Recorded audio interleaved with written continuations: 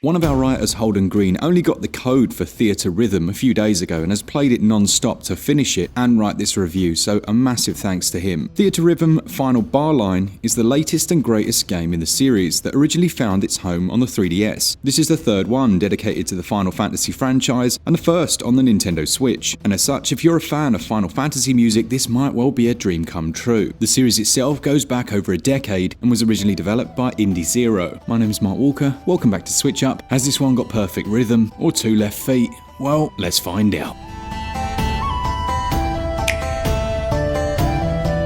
As the title suggests, this is a rhythm game dedicated to the fans of Final Fantasy. There's no story per se, so we just really need to delve straight into gameplay. As a rhythm game, you're required to play as closely to the music as possible, hitting the beats at the perfect time in order to get the most amount of points. If you miss too many notes, it's game over. That's quite standard for this type of game, but Theatrhythm does it so well. There are 3 types of songs you can play: field music, battle songs, and events. Each of them are slightly different in how they approach the gameplay, but the gist of it is the same between them all. Each of the different types of notes has a different way of tackling it. The red one only needs to be pressed once. The yellow one needs to be swiped in a direction that's highlighted on the note itself, with previous Theatrhythm games needing you to use the touchscreen stylus on the 3DS to do this motion, which has required them to remap that to the analog sticks due to the nature of the Switch, and thankfully it works really well and feels quite natural. But as you can see from the footage, not all of the songs have these kinds of notes in them. That's because I'd accidentally switched on the simple mode, which takes these away. I was wondering why they weren't showing up, and thought I'd maybe equipped a special item or something. But no, I must have pressed the X button on the menu screen by mistake. And I'm sure this option will be a relief to many out there, because these are the notes that will ruin perfect runs. But I still advise playing with them switched on, because it adds that extra layer to the gameplay.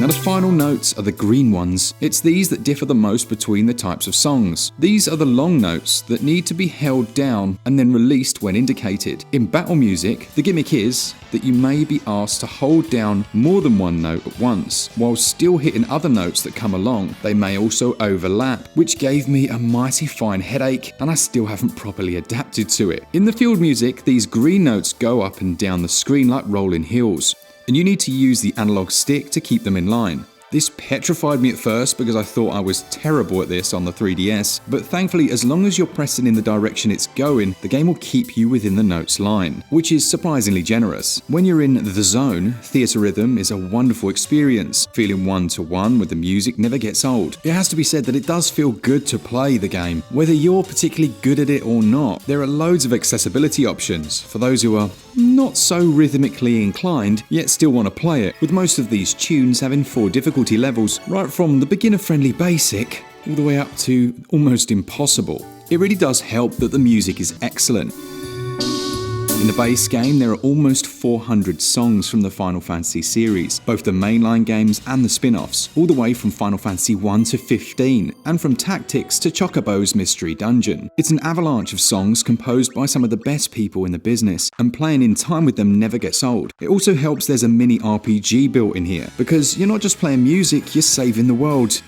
Probably. There are almost 100 Final Fantasy characters in here that you can unlock and equip to your party. They each have their own stats, they can be leveled up, and can even equip special attacks or abilities to help fight the monsters blocking your path. And while it's not imperative to use them or take out the enemies, you get nice rewards for doing so. Some will be impossible to win against unless you're equipped and set up properly. It's a lot of fun trying to make the best team possible to achieve those special goals for each stage. And the best thing is, if you don't care about this aspect, you can totally ignore it. Just enjoy the rhythm game, and you won't be pestered about anything when it comes to the fighting. It's an optional yet charming and addictive part of the game. As far as the different game modes go, well, the first one you'll be playing is the series mode, which presents every single Final Fantasy title. You go through a dozen or so levels of each, and it kind of represents the story of the game, but not much. If you go through these, you'll unlock more characters, more songs in the free play mode, and bonus artwork. Then there's the aforementioned free play mode, which means you can play any song you've unlocked in the series quest mode. I suspect many people spend the time here trying to perfect their scores for their favourite songs. Different types of goals will be presented presented with varying levels of challenge. How about getting a perfect chain on your favourite song? You don't need to hit every note perfectly, but as long as you don't miss one, then you'll get a nice little title, or you can fill up your critical chart. This means you need to hit a critical on every note, but not all in the same playthrough. If you play through the song 5 times, perhaps you'll have hit a critical on every note at least one time. There are also lots of mini goals, and even some that you can just set for yourself. What I'm trying to say is it's really enjoyable and very addictive. Now, while there is an online mode as well where you can play against other people, sadly we didn't get to try this out pre-launch because, as you'd expect, there was no one online. For the gameplay then, while rhythm games might not be for everyone,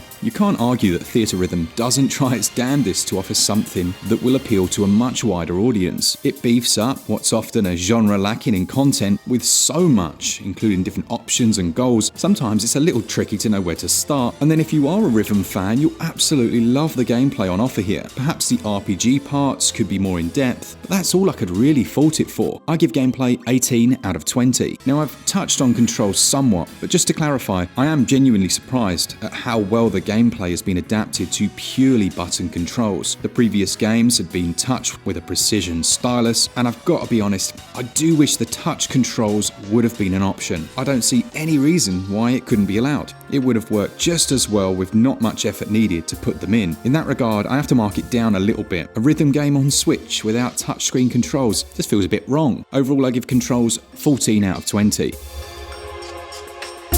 As far as visuals and performance, while you might not love the art style here, they've certainly managed to make so many visually distinctive games fit perfectly into one cohesive art style. It's not exactly ambitious in its presentation, but the characters are adorable and it's fun to see how each of them have been chibi-fied. Same could be said of the monsters and bosses, although it feels like they reuse a lot or just change the colour and call it a day. Regardless, it's bright and colourful, varied, and it performs perfectly on the Switch at 60 FPS in docked and handheld. Could there be more variety? Possibly, and will this suit everyone? Maybe not, but I quite like it. I give visuals and performance 15 out of 20. It's usually at this point here at SwitchUp we'd go into the depths of the music and sound design, waxing lyrical and poetic about its quality. But is there any point? It's a music game based around the best music in the industry.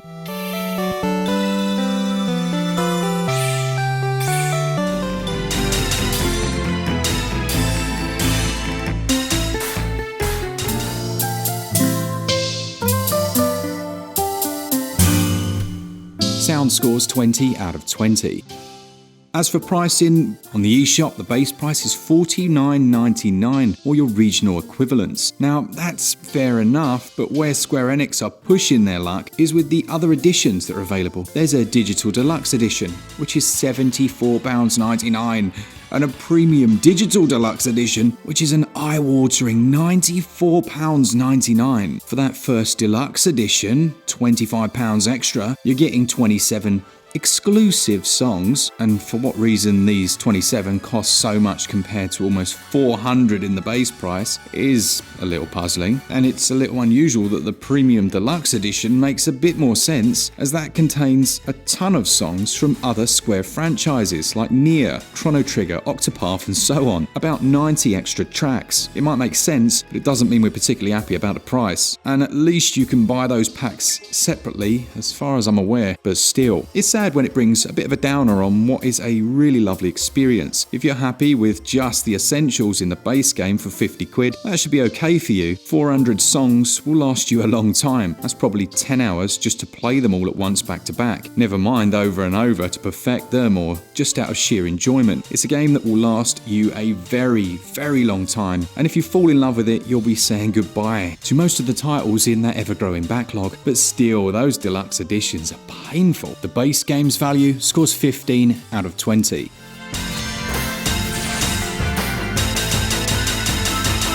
Theatrhythm Final Bar Line is a brilliant game, perhaps let down by its price and structure, but if you love rhythm games and own a Nintendo Switch, then look no further as far as its competition. This is the one. Perhaps in a few years the base price will be lower and that will make up for the extra gorge on the DLC, but the musical masterpieces certainly make it memorable. It gets a SwitchUp score of 82%. A thanks to Holden for writing this one in such quick time and working your way through the entirety of the game. If you enjoyed the review, then let him know down in the comments. A thanks from Glen and I as well. I know we've passed 300,000 subscribers now, which is incredible. We really do appreciate it. Thanks to our Patreons and our members, and for all things Switch all the time, keep it Switch up. Cheers guys, see ya!